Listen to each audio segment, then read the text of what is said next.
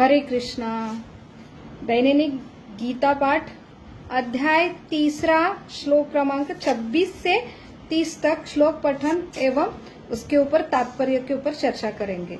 न बुद्धि भेदम जनेयेदम अज्ञाना कर्म संगिनाम जोयसे स्वत्म कर्माणि विद्वान् युक्त समाचरन् प्रकृते क्रियमाणानि गुणे कर्माणि सर्वश अहंकार विमूढ़ात्मा कर्ताम अहमति मन्यते तत्ववित्तु महाभावो गुण कर्म विभागयो गुणागुणेषु वर्तन्त इति मत्वा न सज्जते।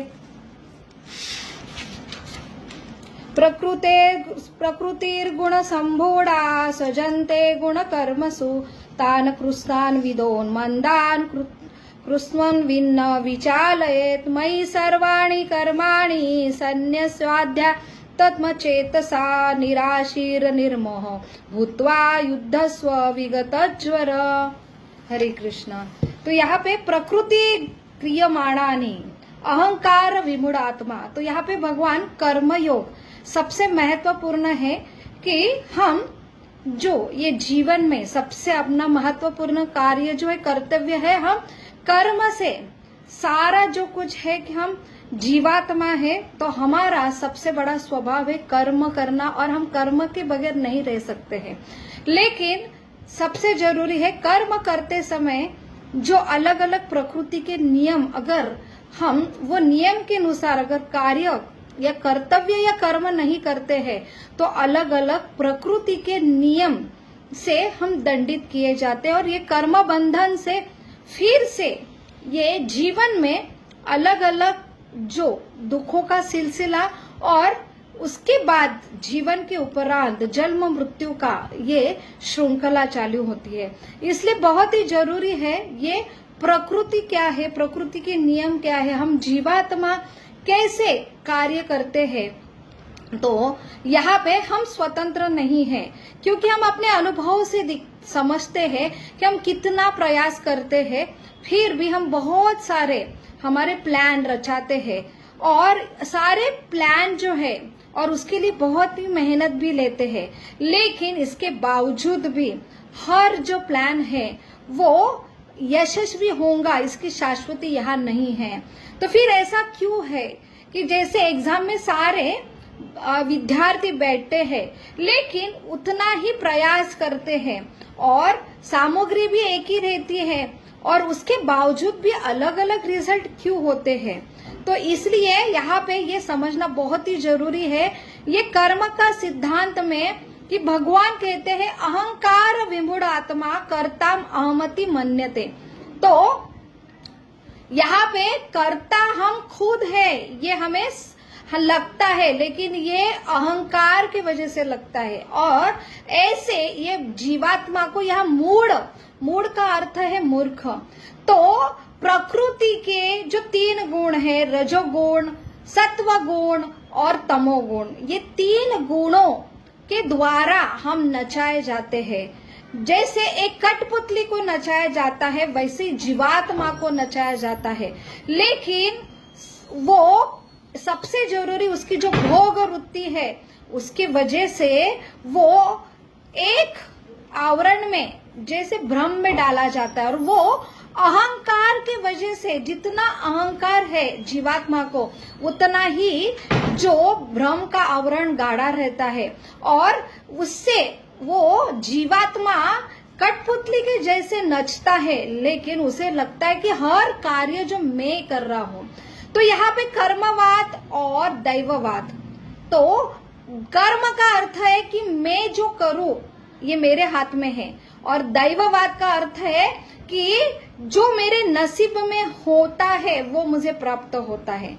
तो दोनों भी बैलेंस होना चाहिए और दोनों ये जरूरी है। जैसे हर चीज हमें दैव या हमारा जो नसीब है उसके और भगवान का सबसे बड़ा हाथ है, प्रकृति के 3 गुण भगवान का हाथ, एक जीवात्मा की इच्छा और जीवात्मा का कर्तृत्व, कर्तव्य, कर्म, ये चारों फैक्टर जरूरी है। तो हम अगर सिर्फ कर्म करते हैं लेकिन हम प्रकृति के 3 गुण दैव भगवान का हाथ नहीं मानते हैं तो सिर्फ हम क्या होंगे, फ्रस्ट्रेट होंगे, क्योंकि हर चीज हमारे हाथ में नहीं है। और ये कब समझ में आता है, जैसे ये प्रमाणित शास्त्र है उसके आधार पर हमने कर्तव्य करना चाहिए। बुकलेट है तो यहाँ पे भगवान अर्जुन, ये रिप्रेजेंटेटिव है हमारा, यहाँ भगवान ये अर्जुन के निमित्त हमें सिखाते हैं कि कैसे ये प्रकृति है और यहाँ पे कैसे ये नियम चलते हैं। जैसे हमने कल देखा कि एक राजा का पुत्र है, राजपुत्र है, वहां पे पिता के घर वो खुशहाली से रह रहा है, लेकिन वो पुत्र ने बंद किया, नहीं मुझे पिता के अधिकार में रहना है। तो ऐसा वो स्वतंत्र इच्छा लेके खुद पिता से अलग होने की इच्छा करता है, बंद करता है और राज्य में आता है। तो वहां पे एक साधारण नागरिक जैसा उसे फैसिलिटी होती है और उसमें वो गलत काम करता है तो वो नियम भंग करने के लिए वो दंडित किया जाता है। और ऐसे अगर जेल में जाता है तो वहां पे जैसे एक पुलिस अधिकारी के अगर हम नियम भंग करते हैं तो उनके पुलिस अधिकारी के नियंत्रण में आते हैं। तो वैसे ही ये प्रकृति जो बनाई है कि हम स्वतंत्र नहीं, हम खुद अनुभव करते हैं। ये जो हमें देह मिला है वो एक कैदी का जो पोशाक है वैसा ही है। इसलिए तो इतने बदल होते हैं हमारे जीवन में। हम बालक रूप में रहना चाहते हैं, बहुत खेलना चाहते हैं, फिर भी प्रकृति के नियम के अनुसार हमें बड़ा होना पड़ता है। बड़ा होने के बाद इतनी सारी रिस्पॉन्सिबिलिटी लेना पड़ता है। उसके बाद हम ना चाहते भी इतना स्वास्थ्य के लिए हम कोशिश कर रहे हैं, हम बीमार ना पड़े, फिर भी हमें बीमार होना पड़ता है। हम नहीं चाहते कि हम बूढ़ा हो, फिर भी हमें बूढ़ापा कंपलसरी है। और सबसे जरूरी, हम हमेशा परमानेंट रहना चाहते हैं, फिर भी एक दिन हमें कंपलसरी मृत्यु आता है और हमने जो इतना मेहनत से सारा जो कमाया है वो काल हमसे छीन लेता है। तो ये क्या है, ये सारे बंधन है। तो भी ये जो आत्मा है वो अहंकार के वजह से ये सारे प्रकृति की कितना हम उनके अंदर है, नियंत्रित है, फिर भी वो मानता नहीं है कि मैं खुद करता हूँ, तो सब मेरे हाथ में है, मैं किसी का नियम नहीं मानता हूँ। तो इतना अनुभव के बाद भी ये जीवात्मा की ये स्थिति है, ये अहंकार है और अहंकार के वजह से और वो भ्रमित होता है और वो नियम ना समझ के अपने ही हिसाब से कर्म करता है। तो ऐसे ये जीवात्मा को अहंकार मूढ़ आत्मा, तो ये सारा शास्त्र में वर्णन है कि कैसे हर जीवात्मा अपने कर्म फल से, अपनी इच्छा से ये प्रकृति के 3 गुण, रजोगुण, सत्वगुण, तमस गुण। रजोगुण का अर्थ है मैं यहाँ पे स्वामी हूँ और इसके लिए वो साम दाम दंड बहुत क्रियाशील, पैशनेट रहते हैं, लेकिन सब चीज मेरे हिसाब से होना चाहिए और मुझे एक दिन राजा बनना है, कंट्रोलर बनना है। ये रजोगुण है, ये मेरी इच्छा है, इसलिए रजोगुण मेरे ऊपर हावी होंगे और उसके पैशन से मैं कर्म करूंगा। तमोगुण का अर्थ है कि ऐसे व्यक्ति बहुत ही दीर्घ सूत्री रहते, बहुत आलस रहता है और वो इंद्रिय के ऊपर निर्भर रहते हैं, शॉर्ट उनको प्लेजर रहता है, जीवन में कोई उद्देश्य नहीं रहता है, बहुत आलसी रहते हैं। और ऐसे लोग क्रियाशील ना होके और ऐसे जो एडिक्शन का शिकार होते हैं और अलग अलग घोर तमोगुणी कार्य करते हैं। तो ये लोगों को इच्छा है ऐसा जीवन की, इसलिए भगवान हर जीव को स्वतंत्र देते हैं और भगवान हर जीव से वही भाव से रेसिप्रोकेट करते हैं और वही जो प्रकृति के नियम भी उनके ऊपर हावी होते हैं। तो ये है तमोगुण। और सत्व गुण जो है, ऐसा जो व्यक्ति है अपने पूर्व कर्म से और उनके इच्छा से वो ज्ञानी रहता है, शास्त्र का पठन करता है और हम सारा शास्त्र के जो विधि विधान पालन करता है वो बहुत ही सतर्क रहता है। और ऐसे व्यक्ति सदाचारी, ज्ञानी और अपने जीवन में पवित्रता, शुद्धता, सत्यता सब जो चीज है वो करता है। जितना वो ये शास्त्र पठन करता है, विधि विधान का पालन करता है, उतना ही वो जो है वो ऐसे ये तीनों गुणों को परे जाके भगवान के सारे प्रकृति के नियम और भगवान को समझने लगता है।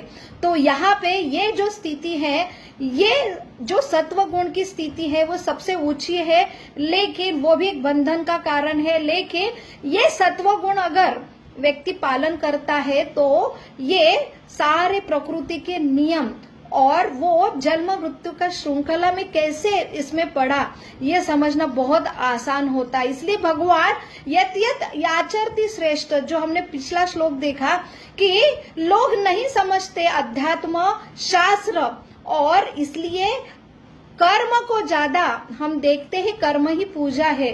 लेकिन कर्म के लिए जो श्रेष्ठ पुरुष है संसार में, उन्होंने एटलीस्ट अगर ऐसे श्रेष्ठ पुरुष अगर विधि विधान का पालन करते हैं तो अनायास जो साधारण जनता है उनको वो अपने आप उनको फॉलो करते हैं, अनुकरण करते। लेकिन आज हम समाज में देखते हैं कि जो हम अनुकरण करते हैं, हमारे आइडल्स जो है फिल्म स्टार, स्पोर्ट्स स्टार से, और उनके जीवन अगर हम देखते हैं बस इंद्रिय तृप्ति, एंजॉयमेंट है, और एंजॉयमेंट के लिए वो किसी भी हद तक जाते हैं और वही हमारे लिए अनुकरण करते हैं, हम भी वो जीवन में करते हैं। तो वही भगवान यहाँ कहते हैं कि ऐसे सिर्फ इंद्रिय के लिए ये जीवन व्यतीत करना जो इतना बहुमूल्य है, वो प्राणी भी वही करते हैं, बस एंजॉय करना इंद्रिय द्वारा। तो हमें जो इंद्रिय मिले हैं, प्राणी को भी मिले, लेकिन एक मनुष्य को बुद्धि प्राप्त हुई है ये समझने के लिए कि प्राणी मरता है, दूसरे प्राणी को समझ में नहीं आता ये क्यों मरा, और खाटिक उसको मारता है, दूसरा प्राणी वही तैयार रहता है, उसे समझ भी नहीं आ रहा कि मेरा अभी बारी है। मनुष्य को तो ये समझता है कि ये जीवन में इतना प्रयास कर रहा है, फिर भी मेरे ऊपर इतने दुख, संकट, बीमारी, बुढ़ापा, मृत्यु क्यों होती है। तो इसलिए ये ऊंचा जो सबसे बड़ा मनुष्य का जो देह मिला है, बुद्धि मिला है, तो ये समझने के लिए है। और इसलिए ये जो है कर्म के जो सिद्धांत है कि ऐसे श्रेष्ठ जो ऊंचे पद पे स्थित लोग हैं, नेता हैं, उच्च शिक्षित लोग हैं, उन्होंने अपने जो उदाहरण से, उन्होंने अपने जीवन से उन्होंने एक उदाहरण प्रस्थापित करके अन्य लोगों को प्रेरित करना चाहिए। और साधारण जनता ने भी ये जो है कि हमारे लिए क्या सही है, और उदाहरण से भी है, ऐसे सिर्फ इंद्रिय के लिए, सेंसेस एंजॉयमेंट के लिए जो जीते हैं, उनका अंत में क्या होता है हम खुद देखते हैं, फिर भी हम सुधरते नहीं। इसलिए शास्त्र बहुत ही जरूरी है। यहाँ पे 26 नंबर से 30 नंबर के श्लोक में भगवान यही बताते हैं कि ऐसे ऐसे प्रकार के लोग हम समाज में देखते हैं। तो ये जो है सिर्फ इंद्रिय के लिए जो एंजॉय करने के लिए अपना जीवन व्यतीत करते हैं, वो प्रकृति के नियम द्वारा और क्या होते, भ्रमित होते हैं। और ऐसा भ्रमित जो आत्मा है उसे मूढ़ कहा जाता है, और अहंकार की वजह से कोई नियम का पालन नहीं करता है, बस कर्तृत्व, कृत्य, कर्मवाद वो ही फॉलो करता है, दैववाद को मानता नहीं। लेकिन प्रकृति आप मानो ना मानो, आपके ऊपर ये हावी होके ये प्रकृति के नियम द्वारा एक दिन अगर हम वो प्रकृति को फॉलो नहीं करते हैं तो हमें जो दी हुई संधि है उसको गमाते हैं। तो यही आज भगवान हमें सिखा रहे हैं कि कैसे ये मनुष्य जन्म में हमने कर्म कैसे निर्धारित करना चाहिए। और यही अर्जुन को समझा के, अर्जुन आप अपना क्षत्रिय धर्म का पालन करो और मेरे लिए, मेरे प्रसन्न के लिए करो। मैं प्रकृति जैसे एक उदाहरण द्वारा भगवान यह समझा रहे कि एक बैंक का जो कर्मचारी है, भले मैनेजर है, कोषाध्यक्ष है, आज बैंक में इतनी संपत्ति आई, लेकिन वो समझता है मैं उसका मालिक नहीं हूँ, तो वो ना खुश होता है, और कल बैंक में कोई डिपॉजिट नहीं आया तो ना दुख होता है, क्योंकि वो संपत्ति का मालिक नहीं है। वैसे ही प्रकृति के हम स्वामी नहीं हैं। हमें सिर्फ एक नौकरी, हमें कर्तव्य निभाना है, बिना आसक्ति से हमने ये कर्म करना है। यहाँ भगवान 27-28 नंबर के श्लोक में वही बता रहे हैं कि बिना निर्मोह, निराशी, तो बिना मोह का कि मैं निराशी, मैं स्वामी नहीं हूँ, और निर्मोह कोई मैं किससे अटैच नहीं हो, क्योंकि ये मेरा नहीं है। ये भावना से अगर हम कर्म करते हैं, कर्म के फल के हकदार नहीं है हम, और यही भावना से हमने कर्म करना चाहिए। तो यहाँ पे अर्जुन को वही समझा रहे कि ये मेरे लिए आप युद्ध करो, बिना कर्म का फल, यश या अपयश के फल के इच्छा रहित आप सिर्फ अपने कर्तव्य के लिए करो और अपना सही धर्म निभाओ। हरे कृष्णा कृष्ण कृष्ण हरे हरे, हरे राम राम राम हरे हरे। कल हम श्लोक नंबर 31 से 35 नंबर का अध्याय क्रमांक 3 का देखेंगे। हरि बोल।